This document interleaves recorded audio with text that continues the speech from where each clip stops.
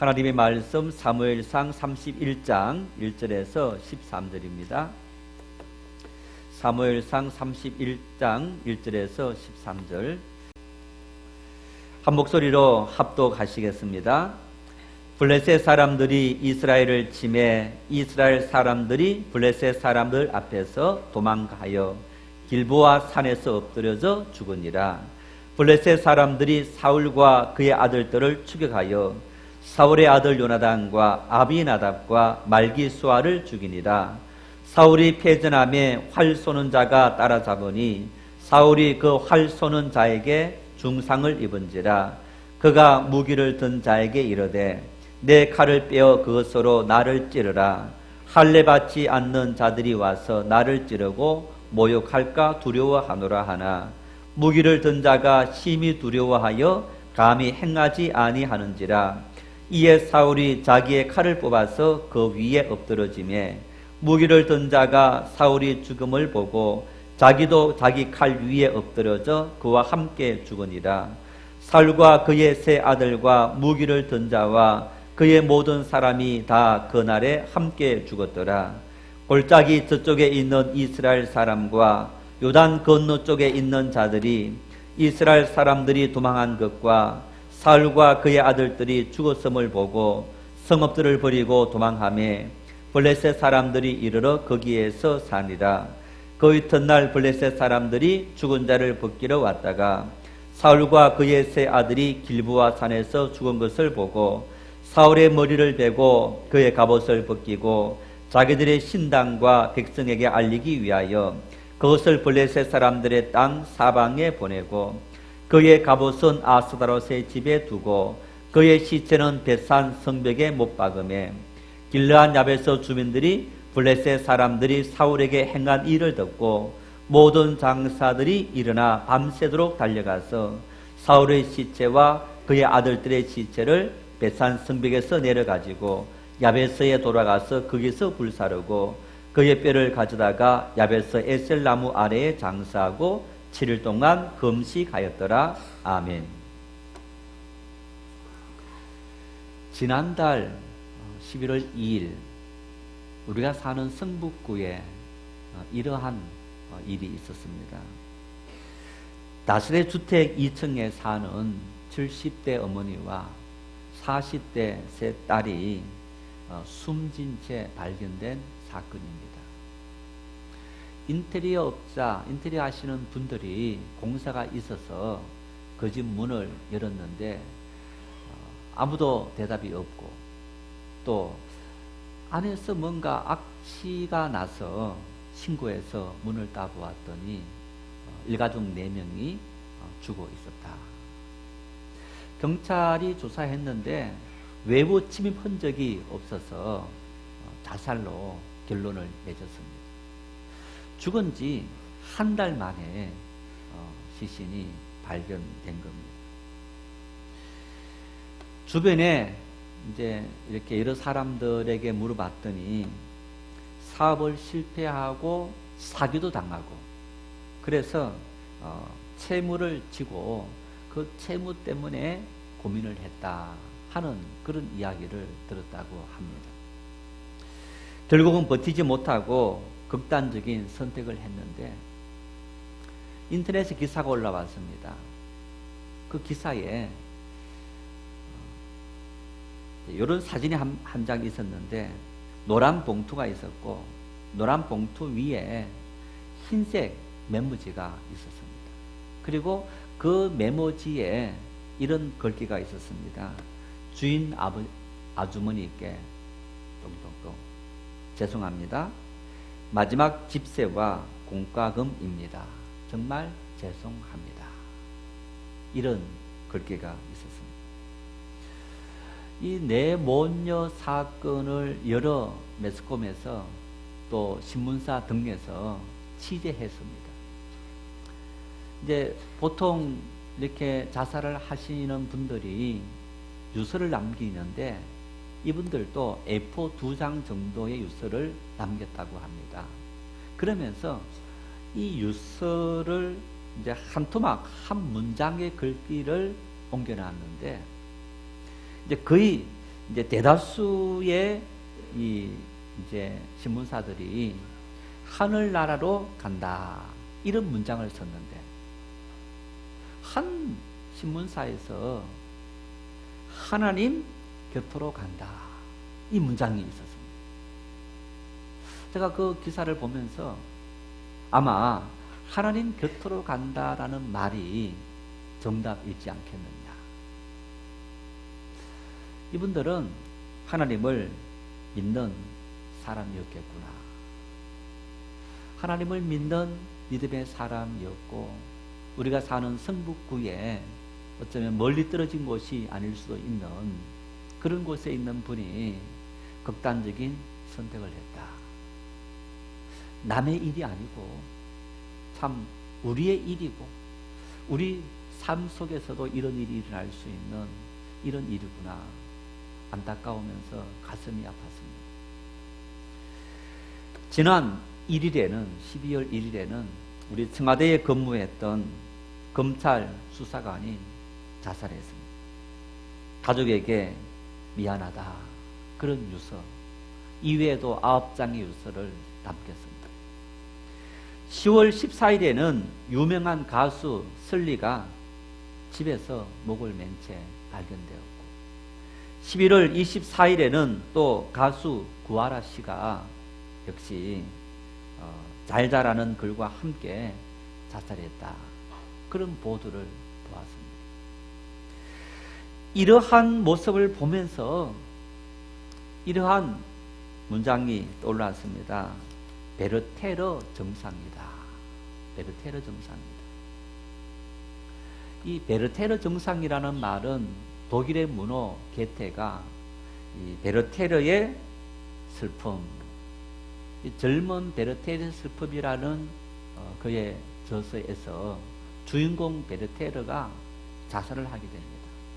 그러자 그 베르테르를 이렇게 사모했던 또 좋아했던 이런 많은 젊은이들이 베르테르처럼 함께 동반 자살하는 이런 일이 생겼습니다.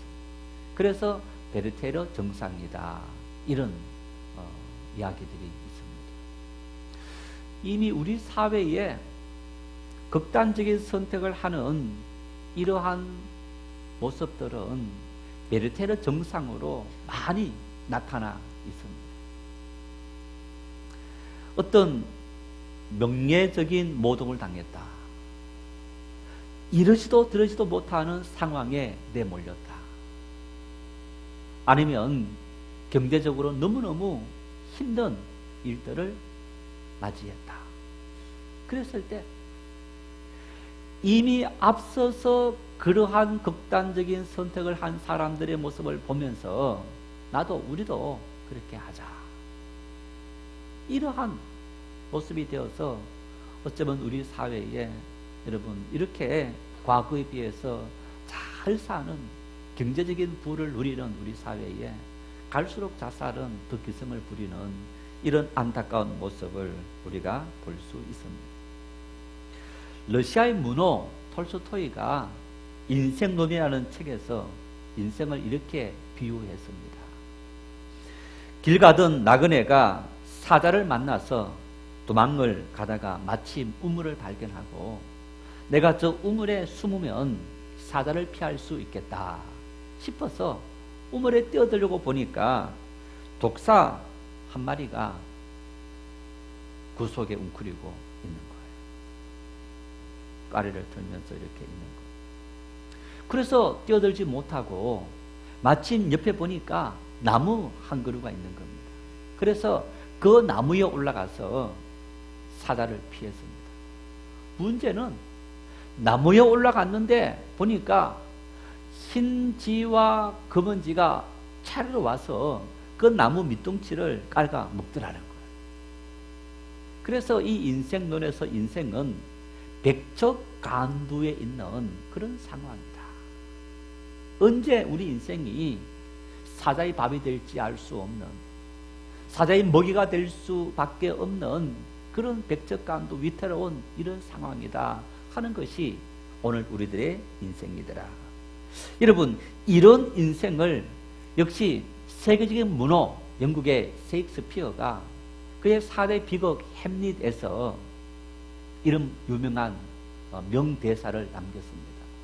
사느냐 죽느냐 그것이 문제로다.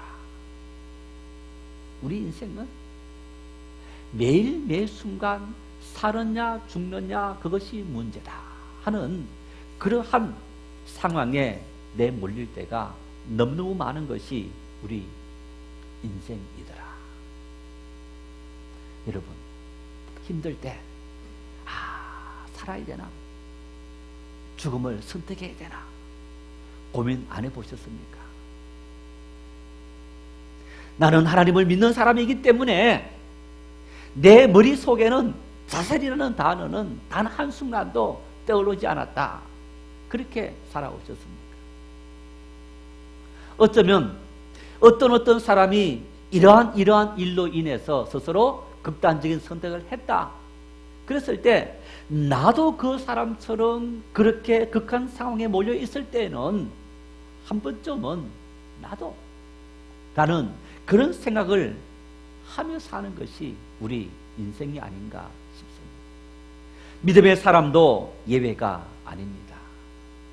오늘 본문에 등장하는 사울 왕, 여러분 이 사울 왕은 이스라엘 백성들이 하나님 앞에 우리에게도 왕을 주십시오, 왕이 우리나라를 지키고 돌보는 그러한 일들을 하도록 우리 스스로 힘을 갖추어서 적들의 침입을 막는 그러한 왕이 필요합니다 해서 하나님께서 신실한 하나님이 인정할 만한 그러한 사람으로 사울을 인정하시고 왕으로 세워서 이스라엘을 다스리도록 했던 겁니다.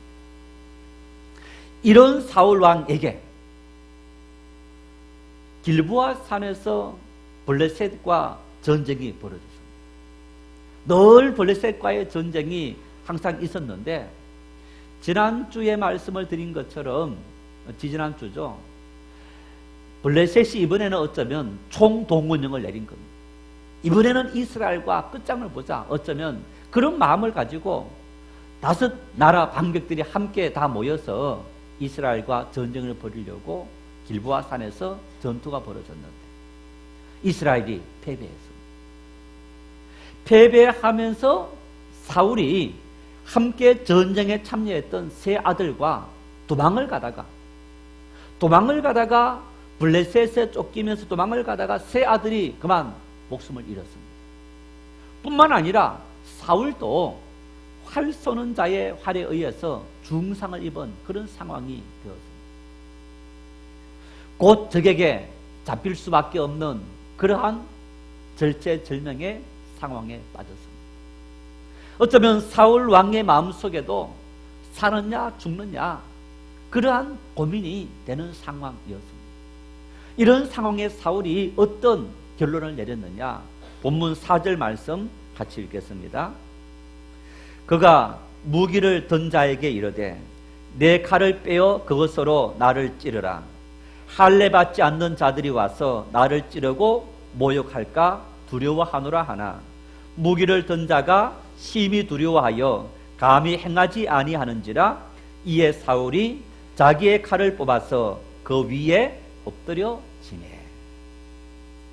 사울이 뭘 선택한 겁니까? 사는 길을 선택한 겁니까? 죽는 길을 선택한 겁니까? 네, 죽음을 선택한 겁니다. 자기 스스로가 자기를 죽이는 것은 마음에 찔리고 그것은 할 수 없을 것을 같아서 무기를 든 사람, 사울을 호위하는 사람입니다.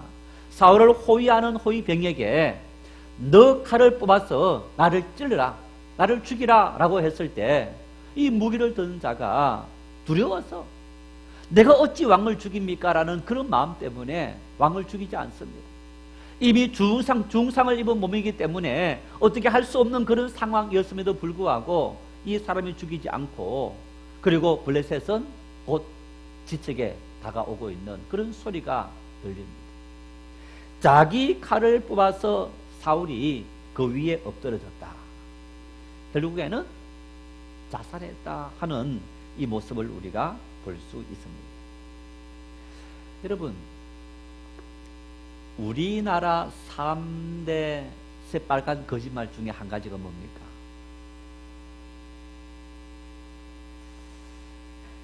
이제 요즘은 65세가 뭐 노인이다. 우리 사회 65세 되면 노인다. 이렇게 해서 이런저런 혜택을 받습니다만은 65세 되더라도 아직까지 이팔 청춘처럼 건강합니다. 그런데 예전에는 60 넘기가 어려웠는데 예전 말로 65세 넘은 노인네가 죽어야지 노래처럼 말하면 이것은 새빨간 거짓말이다. 그렇죠? 여러분, 죽어야지. 제가 어릴 때 할머니 이제 일찍 혼자 되시고 아들 넷, 딸 하나 키우시면서 참 고생 많이 하셨는데 어른들이 새벽에 일찍 일어나지 않습니까? 그러면요, 제가 그 할머니 모시고 할머니 친정에서 이제 어릴 때 초등학교 때 몇 년 같이 집하고 별로 안 떨어져 있어서 이제 늘 이제 저녁만 되면 할머니하고 이제 자기도 이렇게 했는데 아침에 자다 보면 새벽에 할머니 울음 노래 소리가 들리는 거예요. 노래처럼 어머니도 모시고 또 그러다가 어머니 돌아가셨는데 그러면서 이제 빨리 나를 좀 데려가 달라고. 삶이 너무 힘드니까. 노래처럼. 그러고도 한 20년을 더 사신 것 같아요.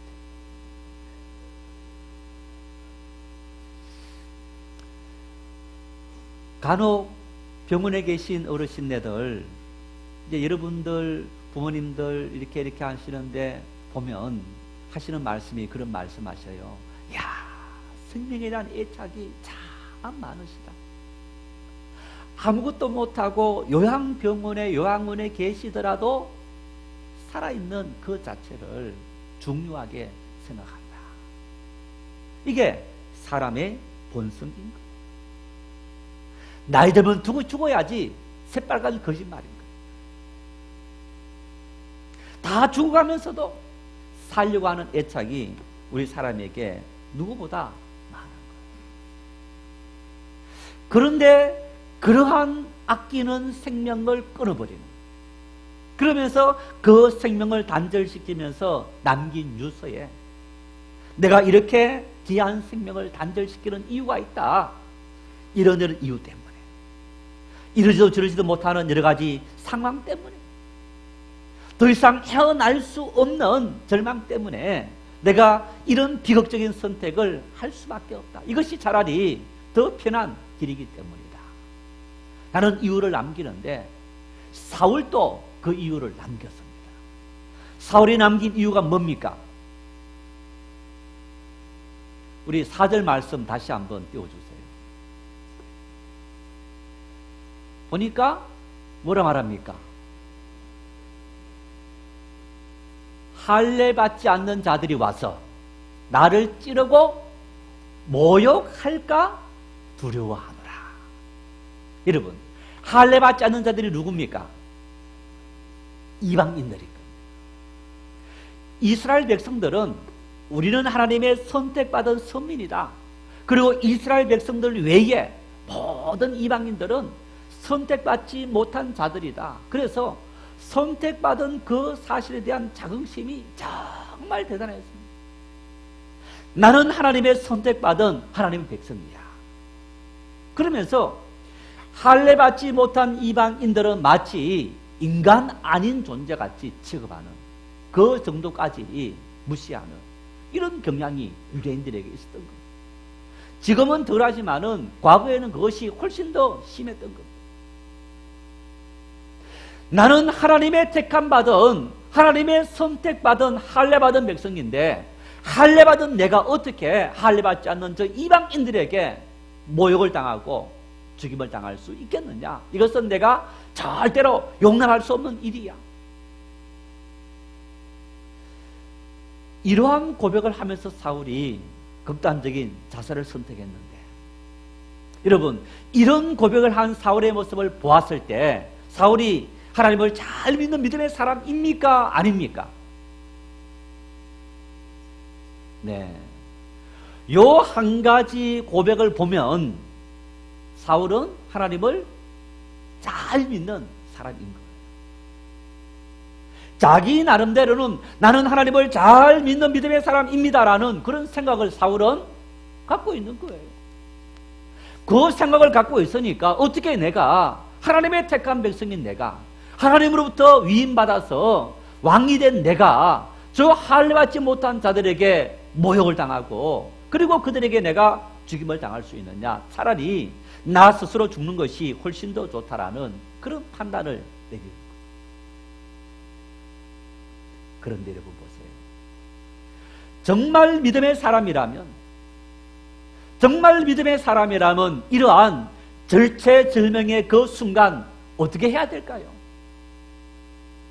만일 여러분들이 우리의 삶에 오늘 정말 사면초가 도무지 길이 보이지 않는 이러한 극단적인 선택 외에 방법이 없는 것 같은 그러한 상황에 내몰렸다. 나는 하나님을 잘 믿는 믿음의 사람이다. 나는 기름 부음 받은 목사요, 장로요, 권사요, 집사다. 그랬을 때 그런 믿음의 사람으로서 내가 어떤 선택을 해야 할까요? 사울처럼 목숨을 끊는 선택을 해야 할까요? 성경 말씀을 보면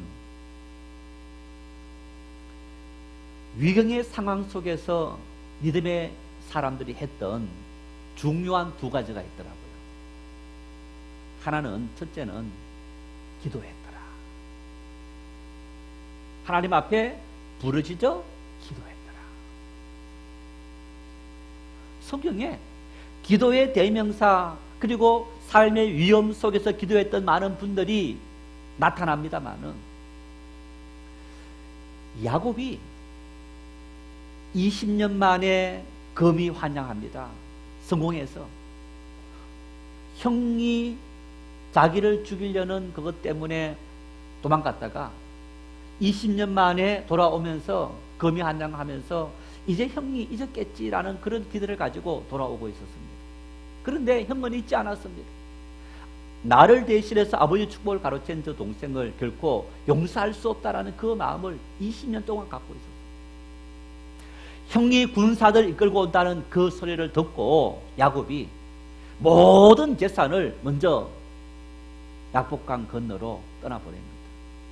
그리고 홀로 하나님 앞에서 앉아서 그 약복강에서 야곱이 부르짖고 기도합니다.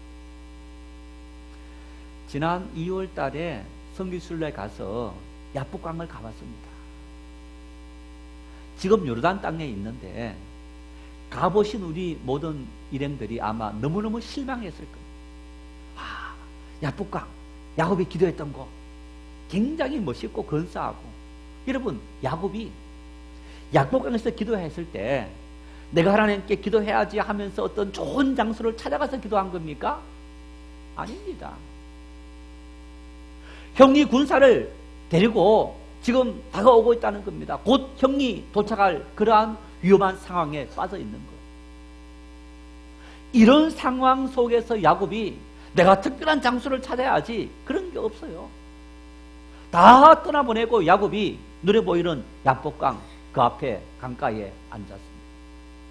그리고 야곱이 하나님 앞에 부르짖습니다. 20년 전 나와 함께하고 나를 떠나지 아니하겠다 말씀하신 하나님, 내가 무사히 돌아오도록 만들겠다고 나에게 이미 하나님께서 베델에서 약속하지 않았습니까? 어쩌면 야곱은 20년 전 하나님 주시는 그 약속을 떠올리면서 하나님 앞에 기억시켜 주면서 하나님 오늘 나를 살려주십시오, 건져주십시오 간절히 기도했을 겁니다. 야곱이 밤이 새도록 기도했는데 어쩌면 하나님께서 침묵하시고 아무런 소리 음성 들리지 않는 그런 상황이었던 거예요. 그러면서 야곱은 밤이 새어서 날이 새려하는 그 순간에도 기도했을 때 천사의 음성이 들립니다. 날이 새려하니 나로 가게 하라. 하나님의 음성이 들렸습니다.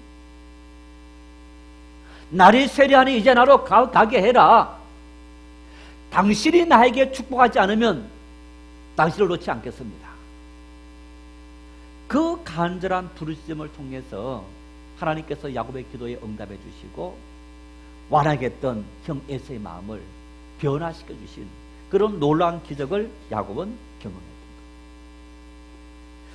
거예요. 야곱뿐만 아니라 여러분 수많은 믿음의 사람들이 위험의 상황 속에서 기도했는데 예수님도 마찬가지입니다. 예수님께서 마지막 만찬을 이제 목요일이라면 제자들과 함께 만찬을 합니다. 그리고 예수님께서 만찬 후에 제자들의 발을 씻기고 그리고 제자들과 함께 겟세마네 동산으로 올라갑니다. 그 중에서 세 제자를 데리고 기도하러 올라가셨는데 베드로, 야고보, 요한. 예수님께서 내가 죽게 생겼으니 깨어서 나를 위해서 기도해다오. 함께 기도하자. 그래서 예수님의 생애 속에 그 밤 기도하고 내려왔을 때에 제사장이 보낸 사람들이 예수님을 잡아갔습니다. 그리고 예수님은 다음 날 십자가 달려서 죽으셨습니다. 얼마나 긴박한 상황이었습니까? 그 긴박한 상황 속에 예수님께서 혼자 가신 것이 아니고 세 제자를 데리고 그리고 세 번이나 제자들에게 내가 죽게 생겼으니 깨어서 나와 함께 기도하라. 그리고 예수님 스스로도 기도합니다. 하나님, 내가 이 잔을 마셔야 합니까? 내가 이 십자가를 져야 합니까? 예수님께서 가장 위급한 상황, 죽음으로 내몰린 그 상황 속에서 하나님 앞에 부르짖어 기도했던 그런 모습을 볼 수 있습니다. 사울 왕이 정말 하나님을 신실히 의지하는 나는 하나님의 택한 백성이요 내가 어떻게 저 할례 받지 못한 백성에게 모욕을 당하느냐라고 했다면 자살하는 것이 아니고 하나님 나를 살려주십시오. 내가 저 백성들에게 모욕을 당하는 일은 있을 수 없는 일입니다. 그렇게 하나님의 도움을 구하는 기도를 해야 했습니다. 만일 우리가 참된 그리스도인이라면 내가 하나님을 믿는 믿음의 사람이라면 내가 당면한 인생의 문제 앞에 여러분 그 문제 때문에 절망하고 자살하기 이전에 먼저 우리는 뭘 해야 됩니까? 기도해야 돼요. 하나님 나를 살려주십시오. 하나님 이 위경에서 이 곤란한 일에서 이 절망에서 하나님 나를 살려주십시오. 하루 기도했는데 응답이 없다면 열흘 하고 열흘 했는데 응답이 없다면 한 달 하고 한 달에도 없으면 1년을 한번 해보십시오. 하나님께서 우리에게 어떻게 응답을 주시는지. 이 야곱이 하나님의 응답이 올 때까지 기도했던 것처럼 우리가 하나님의 응답을 위해서 기도할 때 하나님은 우리에게 피해갈 길을 열어주시고 우리의 모든 삶을 인도하시는 줄 믿으시기를 바랍니다.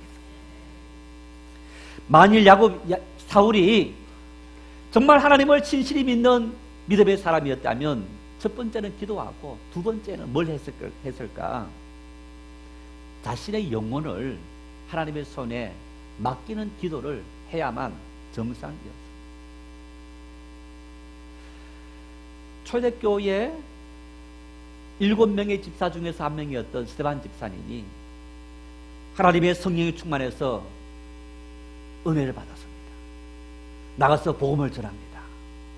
복음을 전하는데 여러분 사도행전 7장을 보면요 스데반 집사님은 성경에 대해서 참 지식이 많아서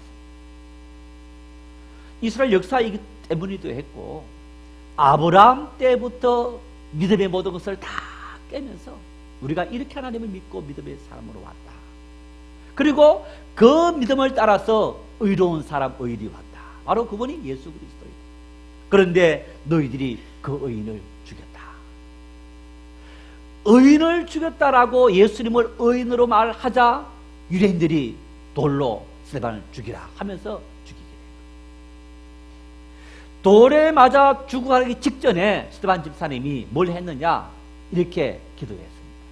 사도행전 7장 59절 60절 함께 읽겠습니다. 그들이 돌로 스데반을 치니 스데반이 부르짖어 이르되 주 예수여 내 영혼을 받으시옵소서 하고 무릎을 꿇고 크게 불러 이르되 주여 이 죄를 그들에게 돌리지 마옵소서 이 말을 하고 자니라. 스데반 집사님이 돌로 쳐 죽이는 저 사람의 죄를 용서하십시오 라는 이 요청뿐만 아니라 먼저 뭘 했습니까? 하나님 내 영혼을 받으십시오. 내 영혼을 주님께서 받아주시고 내 영혼을 돌봐주시고 하나님의 나라 안전하게 가도록 이끌어 주십시오. 이렇게 스테반 집사님이 요청한 겁니다. 마태복음 10장에 보면 예수님께서 12명의 제자를 불렀습니다. 그리고 그들을 예수님께서 제자로 임명하시고 그러면서 제자는 이런 삶을 살아야 돼 라면서 제자에게 해야 될 교훈, 권면을 합니다. 그 권면을 하시면서 마태복음 10장 28절에 이렇게 말씀합니다. 함께 읽겠습니다. 몸은 죽여도 영혼은 능히 죽이지 못하는 자들을 두려워하지 말고 오직 몸과 영혼을 능히 지옥에 멸하실 수 있는 일을 두려워하라. 여러분, 이 말씀은 이런 얘기입니다. 세상 두려워하지 말아라. 가난 두려워하지 말아라. 질병 두려워하지 말아라. 누구의 말 때문에 당하는 명예, 그거 두려워하지 말아라. 인생에는 우리가 지금 당하는 명예와 질병과 그리고 가난과 일가지 이런 문제보다 훨씬 더 중요한, 비교할 수 없을 정도로 중요한 우리 영혼의 문제가 있다. 우리가 두려워해야 할 것은, 두려워해야 할 분은 당장 우리의 눈앞에 닥쳐온 경제적인 문제, 그리고 명예의 문제, 어떤 모욕을 당하는 문제, 이것이 아니고 우리 영혼을 심판할 하나님을 두려워하는 것이 우리가 최고로 생각해야 될 1번, 제일 가는 생각이다. 이런 마음을 가져야 합니다. 살았냐 죽느냐, 차라리 사는 것보다 죽는 것이 낫겠다. 죽어야지. 여러분, 이런 생각, 이게 현실의 생각입니다. 그때 우리가 어떤 생각이 떠오릅니까? 하나님을 떠올려야 돼요. 하나님은 과연 내가 자살하는 것을 용납하실까? 내가 자살한 이후에 어떻게 하나님 앞에 설 수 있을까? 여러분, 이것을 떠올리는 순간 우리는 자살하려던 그 손짓이, 행동이 저절로 우리가 멈출 수밖에 없지 않겠습니까? 우리가 이 말씀을 통해 한번 자살, 여러분, 자살에 대해서 우리가 한번 생각해 봐야 되는데, 길게는 못하고 짧게, 자살해도 구원 얻을 수 있을까요? 성경에 있습니까? 네. 성경에 자살하면 지옥 간다라는 구절이 있습니까? 네, 없어요. 성경에는 자살에 대한 규정이 나타나 있지 않습니다. 이런 말씀이 있죠. 모세를 통해서 시내산에서 10가지 계명, 10계명, 사람이 지켜야 될 가장 중요한 계명을 주었습니다. 그 중에서 사람과 사람의 관계성 속에서 계명이 6가지인데 제5계명, 그러면서 첫 번째 계명이 내 부모를 공경하라. 그리고 제6계명이자 두 번째 계명이 살인하지 말라. 이렇게 말해요. 살인이 뭡니까? 여러분, 살인이라는 문자적인 의미는요, 사람을 죽인다. 물론 이 말에는 누군가 다른 사람을 죽인다라는 의미도 있겠지만은, 사람을 죽인다 했을 때 여러분, 자기를 죽일 수도 있잖아요. 자살하는 것처럼. 다른 사람을 죽이는 일도 죽이는 일이고, 자기를 죽이는 일들도 죽이는 일인 거예요. 자, 그렇다면 여러분, 살인자는 구원을 받을 수 있을까요? 예수님 십자가 달리실 때 양쪽에 흉악한 살인자 2사람이 함께 십자가 달렸습니다. 한 사람은 예수님을 조롱했지만은 한 사람은 예수님에게 당신의 나라 임하실 때 나를 기억해 주십시오. 예수님을 조롱하는 자에게 너와 나는 살인자로서 당연히 죽어 마땅할 죄를 지었고 죽지만은 이분은 그렇지 않지 않느냐. 그렇게 도리어 책망하면서 당신의 나라를 임하실 때 나를 기억해 주십시오 라고 요청했을 때 예수님께서 오늘 너가 나와 함께 낙원에 있으리라 라고 한 거예요. 자, 여러분, 상황입니다.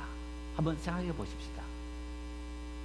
자살하시는 많은 분들의 자살부를 보면 뭐 손목을 칼로 베어서 이제 물에 담갔다든가, 죄송합니다, 이 금지한 이야기, 아니면 가스를 피워서 차문을 잠그고 가스를 피워서 했다든가, 아니면 수면제를 과다 복용해서 깨어나지 못하게 했다든가, 아니면 아파트 옥상이라든가 높은 절벽에 가서 떨어지면서 자살했다든가, 이런 다양한 모습을 우리가 볼 수 있습니다.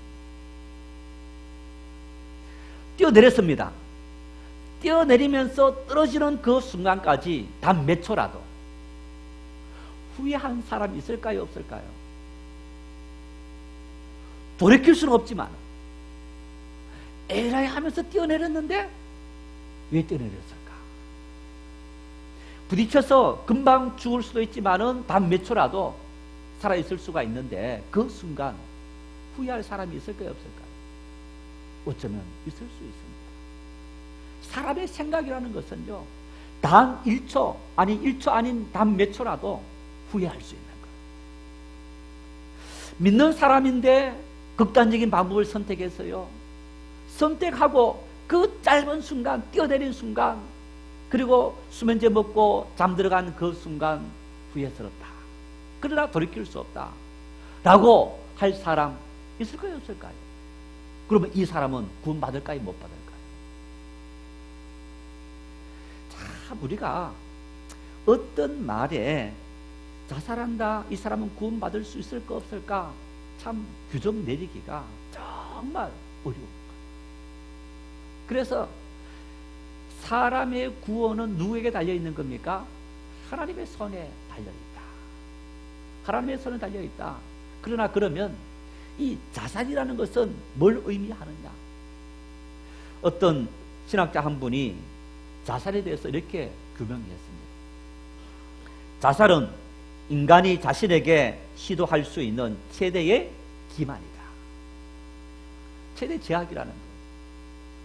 현재 고통을 잊겠다는 생각 하나로 안도감과 도피감을 얻기 위해 자살을 한다고 하지만 그 결과는 영원한 하의 잔을 마시게 되는 것이다. 진노의 잔을 마시게 되는 것이다. 이렇게 말합니다. 고난의 대명사, 시련의 대명사 욥입니다. 욥기 2장 9절을 보면요, 욥이 당한 시련이 얼마나 엄청났는지 욥의 아내가 욥에게 이런 말을 합니다. 하나님을 욕하고 죽어라, 이렇게 말합니다. 당신이 그렇게 하나님을 섬기고 믿음으로 살아왔는데 그런 하나님이 어떻게 당신에게 이렇게 절망스러운 고통을 줄 수 있느냐? 만일 당신이 믿는 하나님이 정말 그런 분이라면 당신은 하나님을 욕하고 자살하고 죽는 것이 낫겠다. 자기 아내가 그렇게 말할 정도로 욥이 당한 상황이 너무너무 절망스럽고 고통스러운 상황이었던 것을 볼 수 있는 거예요. 여러분, 그런데 욥은요, 그러한 상황 속에서도 나의 가는 길을 오직 그가 아시라니 그가 나를 단련하신 후에는 내가 점검처럼 순금처럼 나오리라, 그렇게 고백하면서 자살하지 않았어요.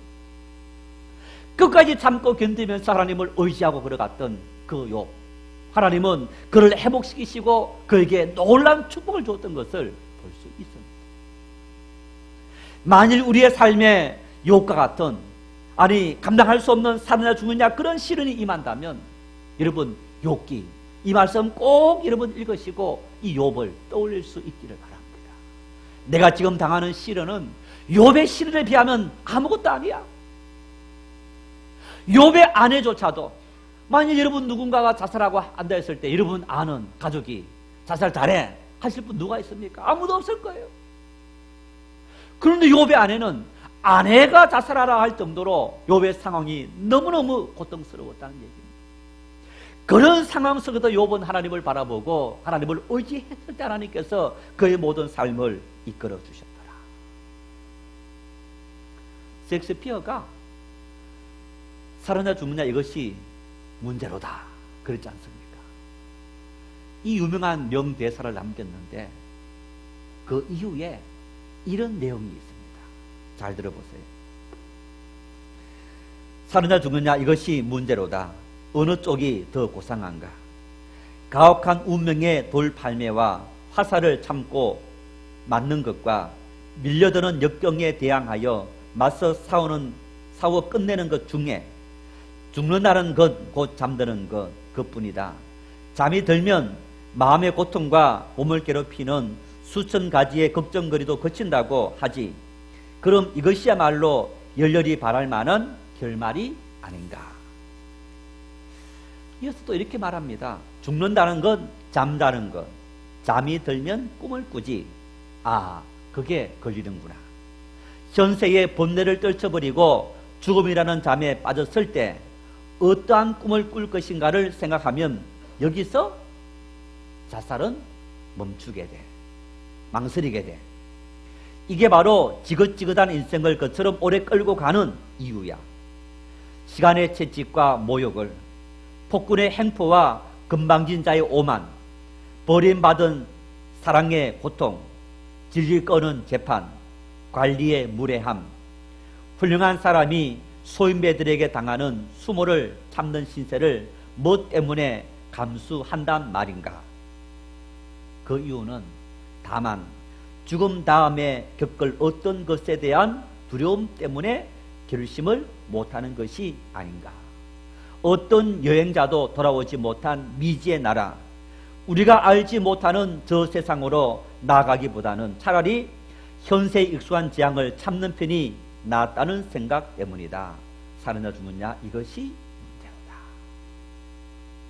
셰익스피어는 죽음 이후의 미지의 세계, 천국에 대한 두려움, 내가 스스로 목숨을 끊었을 때 천국이 있을 텐데 내가 천국에 가지 못한다라는 두려움, 하나님 믿는 믿음의 백성으로 스스로를 죽이는 이러한 끔찍한 일을 했을 때 하나님 앞에 받을 책망, 그것이 두려워서라도 산다는 거예요. 자살할 수 없다는 거예요.